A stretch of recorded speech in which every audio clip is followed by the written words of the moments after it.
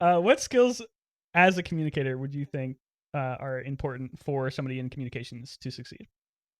Um, so like the big one that is like it sounds super corporate and like buzzwordy, but I actually think it's like knowing and understanding your audience.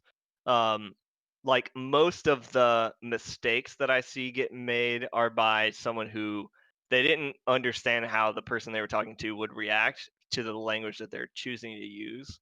And that's just like it applies way beyond games. You know, it's like you see a politician who says something that you're like everyone in the crowd it like rubs them the wrong way, that kind of thing. It's all about knowing your audience. Um, so on League, like I think the main thing is people. I think it's really important for people who work in communications to have a pretty good understanding of the game and to play the game so that they can like empathize and understand like with what would matter to someone who plays it. But then also, like, honestly, I learned a lot about how the league audience talks just by like really obsessively reading everything that I could find that was being said about it online. And so I wasn't just Reddit, but it was like the boards too, and like Twitter and like whatever else.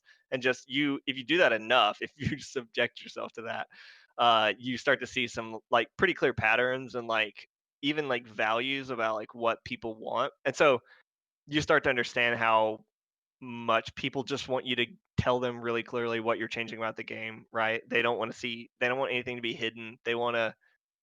There's some to some extent they would like their feedback to be heard, but I think more importantly than that, they would just like to have the sense that the devs are working on the right things. Even if it's not what they necessarily would prioritize. So Mhm. it's that kind of stuff you can only really figure out once you kind of build an understanding of the audience you're talking to. So if you go work on another game, then you gotta do it all over. You gotta like figure out because it's probably a totally different type of player and totally different audience depending on what you're moving to. Um, yeah, Yeah. And it can't be stressed enough how important it is to diversify your platforms that you're looking at. And I actually had this as a talking point that I want to talk about later, but might as well bring it up now. A lot of people look at Reddit and Reddit like platforms as like the gold standard of like this is where communities are going to be formed. This is where all the game discussion is going to be happening. Blah blah blah blah blah blah blah.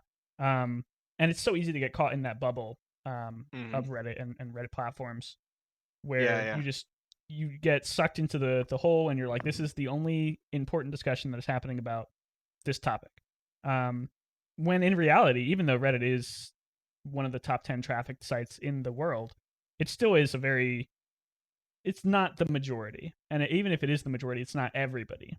So it's important to go out and Yeah, see what people are saying on different platforms just because it is wildly different. Like if you go to Reddit, you'll have a hot take that gets 10,000 upvotes on there. And then you'll go yeah, to some other platform, Reddit or Facebook or Twitter or something, and people will just have the complete opposite opinion. totally. I think too, like, um, it's a very, like, day-to-day kinda short-term mentality, like, this thread was upvoted yesterday. Mm. It doesn't really tell you anything about, like, long-term, what's gonna make this game last, like, years, you know? Although a lot of times, like, you'll see people being upvoted for saying, like, "The game will die if it doesn't get this specific change," you know? And that happens every game. I think it can be pretty tough, and it takes a lot of like guts from developers to like look at everything because there'll be like a million different competing messages basically saying the same thing. This thing has to be the number one priority, and then pick what their real priority is. Yeah, it's pretty tough, but it definitely isn't just based on whatever was upvoted yesterday. That's actually really interesting. Where point to ask is when you do look for what would be your suggestion to people who are like, yeah, I want to learn about a player base. I don't want to get caught in that trap of an echo chamber or like the hmm day to day mentality. Where would you go, or how would you go about finding those information points? Man, I mean, I did it once because I went and worked on PUBG for a little while, right? So I was Mm. like, I have to learn about this. That one was easier though for me because I'd put like, well over 100 hours into the game, so I already had that Oh, baseline. Yeah, like right. I was like obsessed.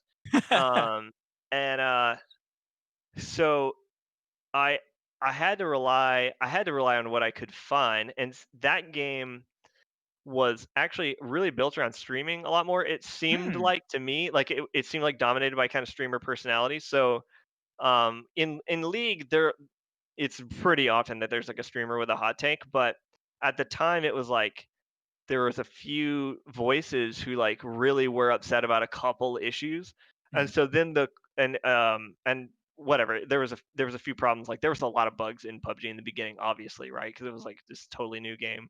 Yeah. Um, and so I think the process then is like, okay, it does seem like this general theme of bugs is the problem. Then how do you dig? How do you dig into like which are the ones that are like really problematic, like that are the most frustrating?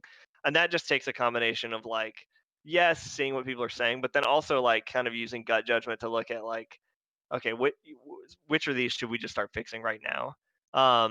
Yeah, I think you just have to slowly break things down into chunks and then help the devs figure out like what matters based on that. Like, because they look at it a lot of times, you can say bugs, and they'll be like, well, what is it just the vehicle flipping thing? Because like we can spend a long time on that, like Yeah. that was the thing in PUBG. Um, and I don't know. It's important to try to like break things down. And a lot of times, honestly, I do think sometimes I don't do this too much now, but sometimes it can be useful to go out and be like the one person who goes into the community and goes, "Can you clarify? Like, is it this?" And then see what people say. Mm. And that can be helpful sometimes too. I've played that role definitely on Reddit at times when I felt like I just didn't understand what the like or I felt like there was something needed to be disambiguated. And I like always encourage. I think that's a lot of what Riot does do naturally is go out and be like, "What do you think about this? Is it this? Is it this? Right?" Like people say Wukong's busted, but it's like let's get more specific than that. Mhm. And I think devs are pretty well equipped to like really dig in on that kind of thing.